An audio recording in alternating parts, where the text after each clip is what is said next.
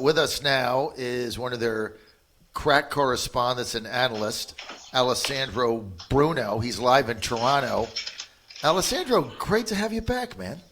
Thank you very much. It's always a pleasure. I know. We always have fun when we're on here. Now, you're in Canada. You did a couple stories on France I'm going to get to in a minute. But I want to start with what's been in the news recently, which is, okay, why is Trudeau and the Canadian government engaging in joint military exercises with the Chinese Communist Party and the People's Republic Liberation Army?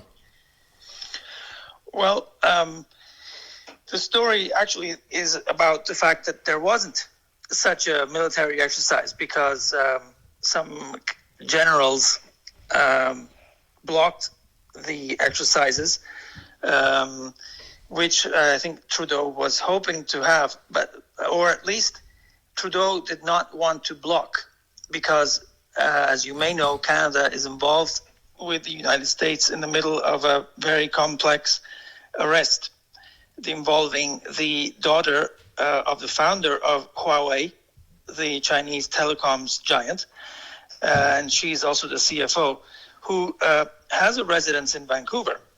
And I believe it was in 2019, in February or March, I forgot when, but she landed in Vancouver, and Canadian authorities had an arrest warrant from the United States for her, and they arrested her. So, but Canada is not a superpower. It's locked between China, which is without any doubt, the emerging superpower in the world, and the United States, the dominant superpower. So right. It has very little choice and squeezed.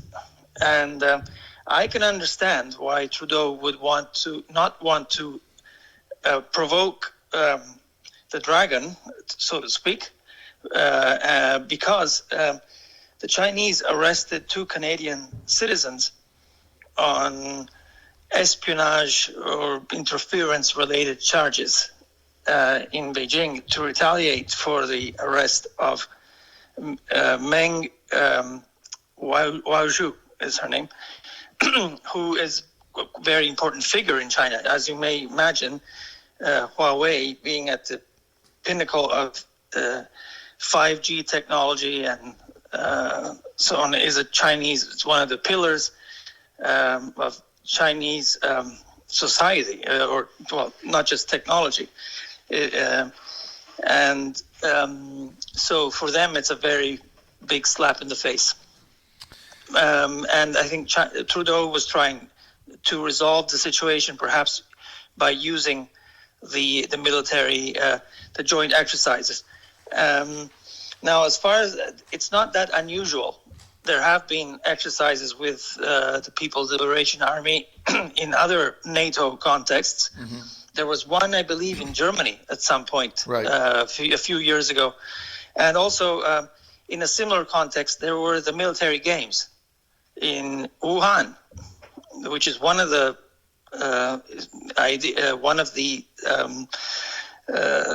ideas that's being floated around about how COVID may have spread, because it was held in Wuhan in November of 2019.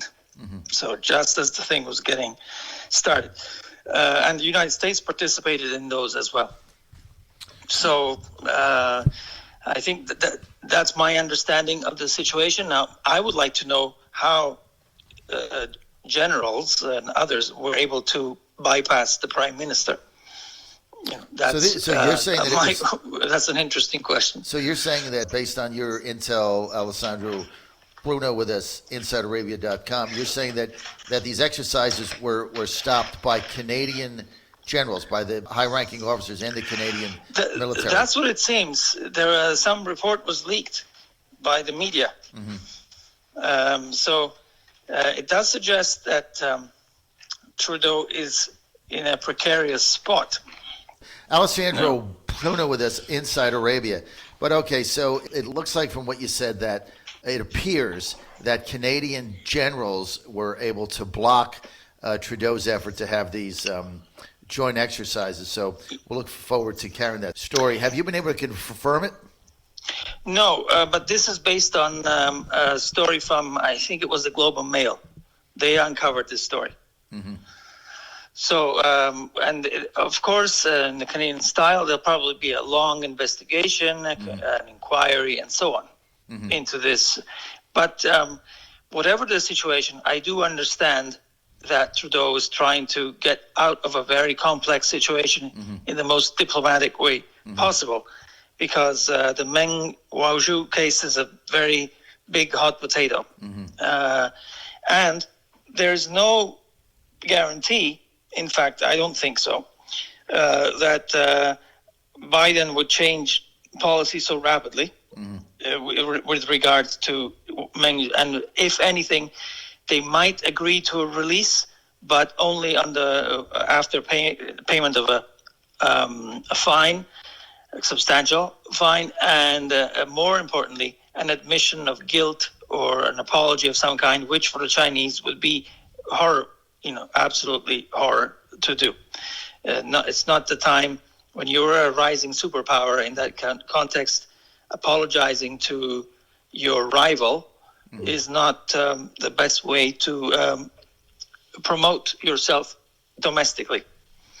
So, in Canada, the issue of the two diplomats, or not diplomats, consultants who were arrested, is now becoming more vociferous. Right. People are talking about it more often, and the Trudeau government does not have a majority.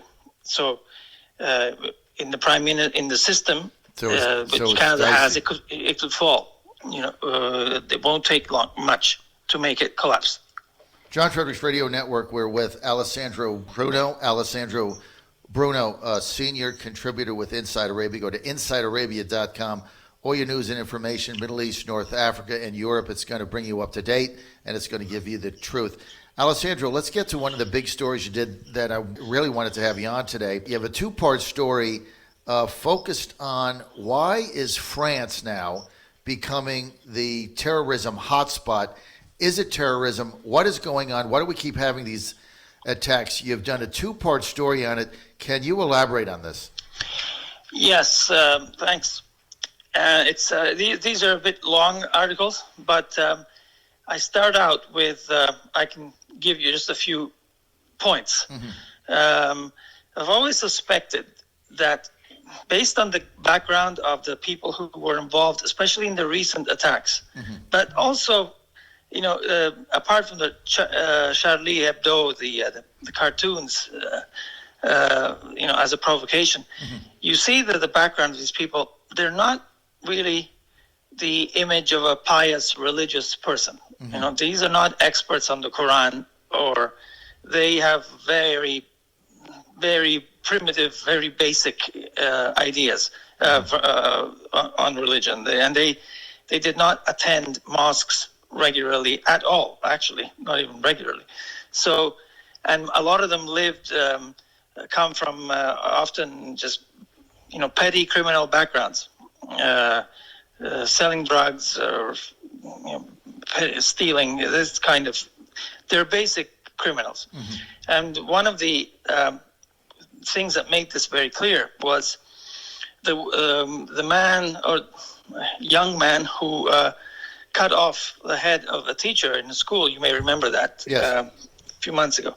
He was a Chechen. So, and then the others were North Africans. And Chechens and North Africans had a brawl in a few cities last summer over drug dealing territory. Right. So, and I think this kid was involved in that brawl. So that is not the image of a pious, religious fundamentalist who commits acts of violence in the name of a higher goal, which is usually terrorism. I mean, I grew up with terrorism in Italy during the 70s. Terrorism has a political purpose. Often, actually, all the time, terrorists will declare, will announce who they are and why they did something, and they usually target powerful people or people in symbolic positions. In Italy, for example, the communist, the Red Brigade, which is a hardline communist group, targeted industry captains, politicians of either of the Italian Communist Party or other parties that did not act as they wanted, judges who were involved in cases. So they had a very specific, terrorism has very specific targets and goals. But in this case, it's so random, and the idea is these guys are radicalized first into violence, or let's call it nihilism, just nothing, and then they choose the language to express that violence. So first, the radicalization, the violence, the anger is built up from societal pressures and from whatever personal circumstances they have. And then the Islam comes in because it's particularly the modern kind of this new from ISIS and other episodes that they've seen in the media. It just provides a very quick language of violence that scares people, particularly in France. Mm-hmm. Because France has a very deep history of colonization in the Middle East and North Africa. In fact, it may have the deepest such experience, even deeper than the British, because they started with North Africa in the late 18th century. Right. It was Napoleon that invaded Egypt in 1799 and opened up that world to Europe, because until that time, the Middle East, because of the Ottoman Empire, was feared. It was a power to reckon with. The Ottomans came close to invading Vienna at one point in 1600. I forgot the date, but it was a powerful symbol and empire. Napoleon exposed the fact that it was weak and that it could be invaded. So that launched a whole series of a new set of, let's call them, a new set of crusades. And it was also the French that many Arabs associate with the Crusades. The word for foreigner, particularly Westerner and invader in Arabic, is ifranj, which is a direct translation of Franks, French. So there is a very that image, France as the evil West that came to colonize us. And that, I think, it's important to understand that legacy, which continues. As a matter of fact, the part of the ISIS language was to call the Westerners with that same term, ifranj. That's what I noticed. That in this is the same, because I remember in university translating from Arabic a text of an Arab who was describing the Europeans who had invaded his land, right, in Jerusalem in the 11th century as barbarians, and he didn't like them. They were dirty, because the Arabs at that time were extremely advanced. They had things that the West did not.